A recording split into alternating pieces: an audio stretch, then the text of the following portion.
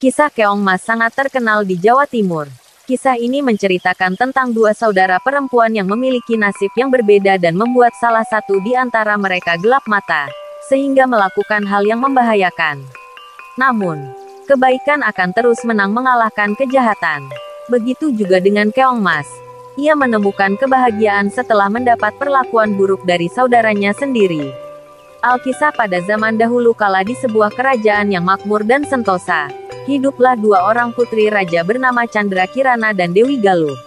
Mereka hidup berbahagia dan serba berkecukupan. Suatu hari berkunjunglah seorang pangeran yang tampan dan rupawan dari kerajaan Kahuripan ke kerajaan Daha.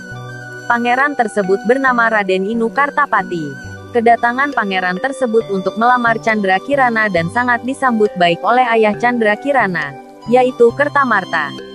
Sang raja menerima lamaran tersebut dan Chandra Kirana akhirnya ditunangkan dengan Raden Inu. Namun, pertunangan tersebut membuat saudara satu-satunya Chandra Kirana, yaitu Dewi Galuh merasa iri dengki. Karena Dewi Galuh merasa Raden Inu lebih cocok dengannya dibanding saudara perempuannya itu. Dewi Galuh gelap mata hingga akhirnya ia pergi ke kediaman nenek sihir dan meminta bantuannya untuk membuat Chandra Kirana menjadi sesuatu yang menjijikan dan mengerikan, sehingga dijauhi oleh Raden Inu. Nenek sihir pun menuruti permintaan Dewi Galuh dan tidak lama Chandra Kirana menjadi Keong Mas, lalu membuangnya ke sungai. Di lain hari, seorang nenek yang baik hatinya mencari ikan dengan jala di sungai. Tanpa disadarinya Keong Mas tersangkut di jala nenek tersebut dan terbawa pulang. Keesokan harinya nenek kembali ke sungai.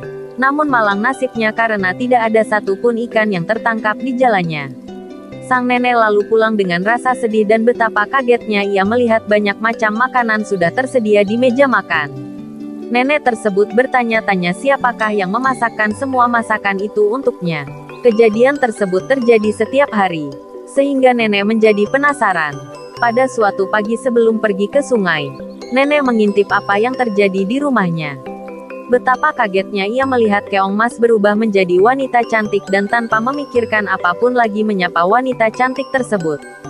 "Siapakah kamu ini wahai putri cantik dan dari manakah asalmu?" tanya sang nenek. "Aku adalah putri kerajaan Daha yang disihir menjadi Keong Emas oleh nenek sihir utusan saudaraku karena merasa iri kepadaku," kata Keong Mas. Setelah menjawab pertanyaan nenek, Chandra Kirana berubah kembali menjadi Keong Mas. Sementara itu, Raden Inu tak mau diam saja ketika tahu Chandra Kirana menghilang. Ia pun mencarinya dengan cara menyamar menjadi rakyat biasa. Nenek sihir pun akhirnya tahu dan mengubah dirinya menjadi gagak untuk mencelakakan Raden Inu. Raden Inu kaget sekali melihat burung gagak yang bisa berbicara dan mengetahui tujuannya.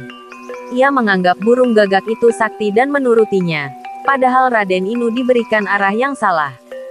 Di perjalanan Raden Inu bertemu dengan seorang kakek yang sedang kelaparan. Diberinya kakek itu makan.